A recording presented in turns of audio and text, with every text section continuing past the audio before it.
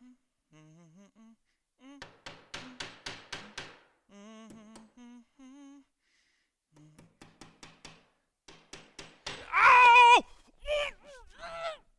Oh! Oh, hi, boys and girls. Oh,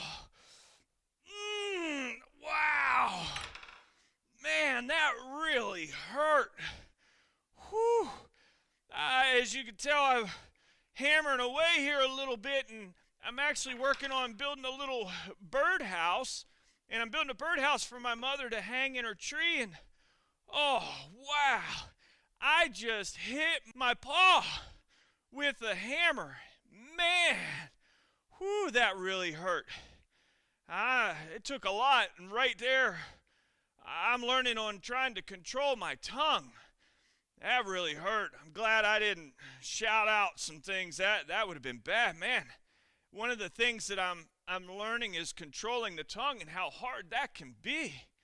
Well, this actually reminds me of a passage in the Bible, in the New Testament, in the book of James, chapter 3, verses 1 through 12. And it talks about controlling your tongue and how you can work to practice on that, but it says that no man can contain the tongue. Wow. Well, I'm just curious in this passage in James chapter 3, if you know what it says and some of the details that it talks about in there, is how the tongue is really a small part. Your tongue is really a small part of your body, but it's hard to control. You think about it, man, it says in there, puts a bit in a horse's mouth to control the horse, whichever way he wants that horse to go. The rider gets on the horse, and as he's riding, he pulls that horse just by using that bit. In that same passage, it also talks about a big ship and how it's controlled by a little small rudder in the water. And whichever direction that rudder goes, even though it's small, it controls that whole big ship. And just like your tongue is small, it boasts great things. And it has a lot of power over the words we say, over how we respond to people. And so controlling the tongue is a really good thing to do, although it says no man can tame the tongue. It even says, think about a little spark and how a little spark can set a whole forest on fire. That's not a good thing. It can destroy. So man needs to work on taming the tongue. No one can tame the tongue, though. It says animals, all kinds of beasts and all kinds of birds and all kinds of reptiles and all kinds of sea creatures have been tamed. You know it. You've seen lions and tigers jump through hoops, and handlers working with birds, and all they're doing is working, and they're getting treats, and these animals have been tamed. Even in the sea creatures, dolphins and seals, they do tricks, and they get treats, and those animals have been conditioned to do the right thing, and they get rewarded for it. But even though all animals have been tamed, it says no one can tame the tongue. I'm reminded in that passage of a verse in James chapter 3, verse 10 that says, out of the same mouth comes blessings and cursings. My brother, these things ought not to be so. And that verse says we should watch what we say and how we respond. And even when I hit my paw here with the hammer, it really hurt. But I still got to watch how I respond. I've got to do the right thing. Well, let's think about some situations that maybe you may face. How about your brothers and sisters when you are talking with them and maybe it's not a good conversation and somebody starts shouting? How should you respond?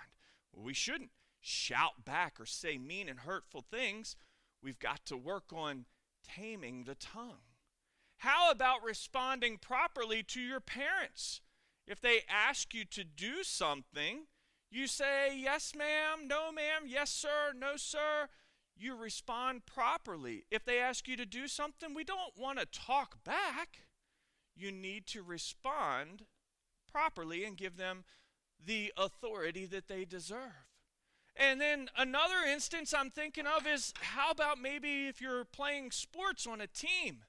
And as you're playing sports, let's, take baseball, for example, and you swing and miss and you strike out.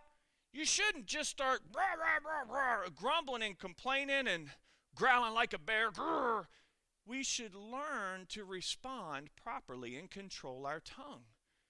Do better next time. We'll work at it. We'll get better. It's better to praise than it is to grumble. And it says better for blessings than it is for cursings. So, how's some ways we can learn to do this better? Well, just like in this situation, when I hit my paw, I'm thinking, how could I have done better? One, I know you can take time and count to 10. Count to 10. Count it out. And as you count to 10 in your mind, you can count out loud or in your mind, you can count to 10. It'll slowly bring maybe your temper back down. And then you have time to really think before you respond. Secondly, we should consider the consequences. If we shout and yell and hurt people, later on, we will have to go ask for forgiveness. If we shout and yell, we could be disciplined even more by our parents than if we'd have done it right the first time. And thirdly, a way that we can do this, instead of considering the consequences, if you want to look at a third option, probably the best of all is give it to God. And you pray and say, God, I need your help. I need to respond properly in this situation. And as you pray, it helps calm you, and God will help you succeed in working to tame the tongue. Little by little, we can work on taming the tongue.